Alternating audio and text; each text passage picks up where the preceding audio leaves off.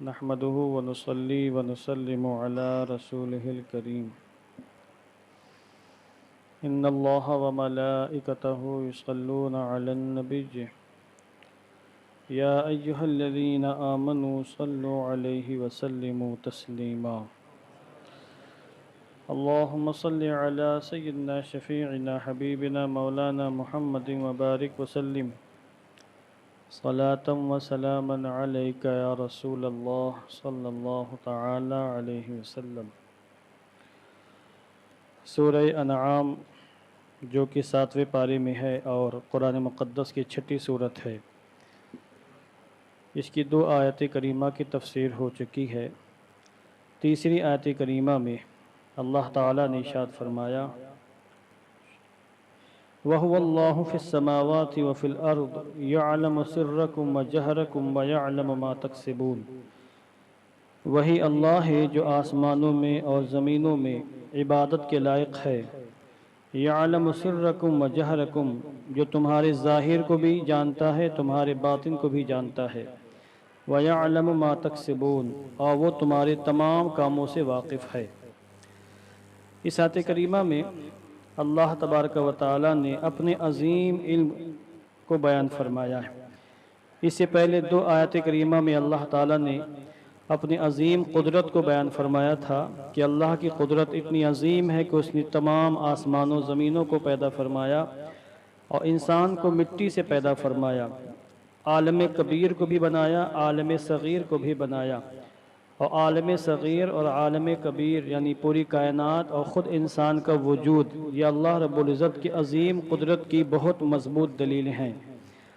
عظیم قدرت کو بیان کرنے کے بعد اس آیت کریمہ میں اللہ نے اپنے عظیم علم کو بیان فرمایا کہ اس کی شان یہ ہے کہ یعلم سرکم و جہرکم، وہ تمہارے ظاہر کو بھی جانتا ہے، تمہارے باطن کو بھی جانتا ہے، یعنی تم خلوت میں تنہائی میں جو کچھ کرتے ہو اللہ سب سے واقف ہے، اور جلوت میں لوگوں کے سامنے جو کچھ کرتے ہو اللہ اس سے بھی واقف ہے۔ وَيَعْلَمُ مَا تَكْسِبُونَ، تمہارے جتنے بھی کام ہیں ان تمام کاموں سے اللہ واقف ہے، لہذا وہی عبادت کا حقدار ہے۔ یہاں پر وَهُوَ اللَّهُ فِي السَّمَاوَاتِ وَفِي الْأَرْضِ، اس کا جو لفظی ترجمہ ہوگا، لفظی میننگ یہاں پر وہ نہیں ہوگی، کیونکہ اگر اس کا لفظی ترجمہ کیا جائے تو بہت بڑا فساد اور بہت بڑی خرابی لازم آئے گی۔ اس کا لفظی ترجمہ تو یہ ہوگا وہ اللہ آسمانوں میں اور زمین میں، یعنی اللہ آسمانوں میں ہے اور زمین میں ہے، یہ معنی اس کا پھر ہوگا۔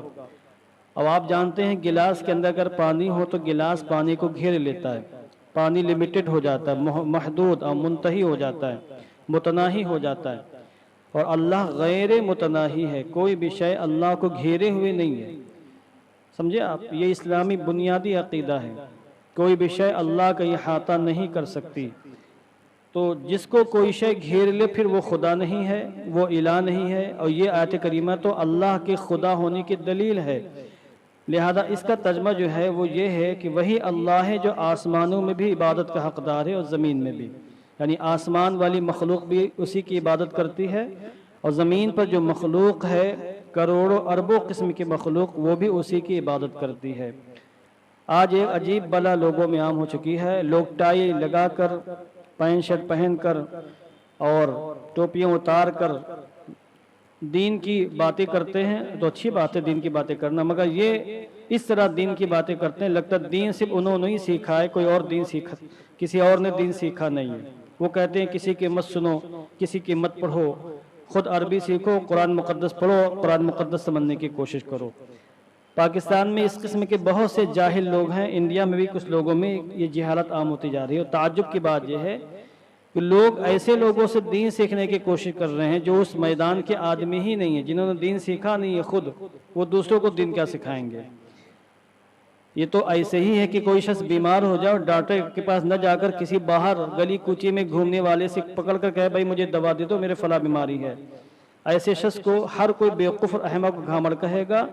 کسی کا کوئی کیس پھنسا ہوا ہو تو کسی ٹھیلے والے کے پاس جاؤ اور کہے کہ بھائی میرا کیس حل کروا دیجئے کورٹ کچہری میں جا کر، اس کو بیوقوف احمقی کہا جائے گا۔ تو وہ لوگ جو سوشل میڈیا پر ایکٹیو ہیں، چینل بنائے ہوئے ہیں، لاکھوں ان کے فالوورز ہیں، اور وہ خود دین سے دور ہیں، ان کو خود دین کی پتہ نہیں ہے۔ مثال کے طور پر محمد علی مرزا کو لے لیں آپ، اس کا حال یہ ہے کہ ترجمے والا قرآن مقدس سامنے اس کے ہوتا ہے، اور اگر اس کو ایسا قرآن مقدس دے دیا جائے جس میں ترجمہ نہ ہو تو ایک آیت کریمہ کا ترجمہ نہیں کر سکتا وہ۔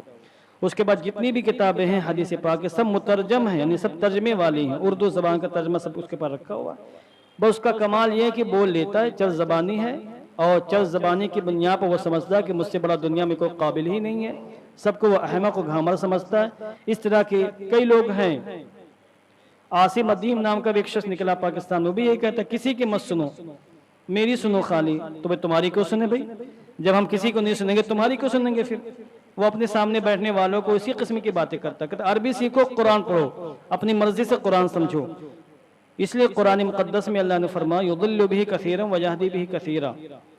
اسی قرآن مقدس سے اگر ہدایت ملتی ہے تو جو اسلاف کا دامن چھوڑ کر اس قرآن مقدس کو ڈائریکٹ ترجمے کے ساتھ پڑھ کر ہدایت حاصل کرنا چاہیں گے تو قرآن مقدس سے پھر ان کو ہدایت نہیں ملے گی، ان کو ضلالت ملے گی، گمراہی ملے گی، اندھیرے ملیں گے۔ تو اس لیے اس کا لفظی ترجمہ کرنے سے تو کفر تک لازم آ جائے گا کہ وہی اللہ ہے جو آسمانوں میں اور زمین میں ہے۔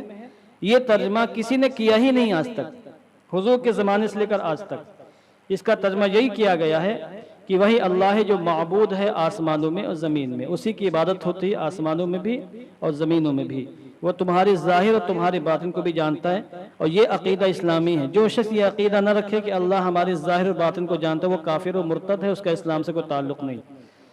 اب یہ ایک ایسی چیز ہے، اگر یہ چیز انسان کے دل میں راسخ ہو جائے تو کبھی بھی وہ رب کی نافرمانی نہیں کرے گا، کیونکہ جب یہ بات ذہن میں ہوگی کہ اللہ ہمیں دیکھ رہا ہے، اللہ ہمارے ہر کام سے واقف ہے، تو بند کمرے میں بھی ہوگا، بھلے اس کے ماں باپ نہ دیکھتے مگر اس کے دل میں چونکہ یہ بات ہے کہ اللہ مجھے دیکھ رہا ہے اور میرے کاموں سے واقف ہے، تو کبھی وہ نافرمانی نہیں کرے گا۔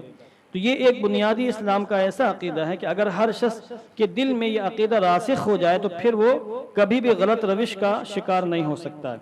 وَيَعْلَمُ مَا تَكْسِبُونَ، اللہ تمہارے کاموں سے واقف ہے۔ دیکھو یہاں کسب آیا ہے، کسبہ یکسبو کا معنی ہوتا ہے کام کرنا، اور کسب کا معنی ہوتا ہے فائدہ اٹھانے کے لیے کام کرنا یا نقصان سے بچنے کے لیے کام کرنا۔ دنیا میں جتنے بھی کام ہو رہے ہیں انہی دونوں کاموں کے لیے ہو رہے ہیں، یا تو فائدہ اٹھانے کے لیے یا اپنے آپ کو نقصان سے بچانے کے لیے۔ تو مطلب یہ ہوا کہ انسان دنیا میں کوئی بھی کام کرے، چاہے فائدہ اٹھانے کے لیے کام کرے وہ، اس سے بھی اللہ واقف ہے، یا خود کو نقصان سے بچانے کے لیے کام کرے اس سے بھی اللہ تعالی واقف ہے۔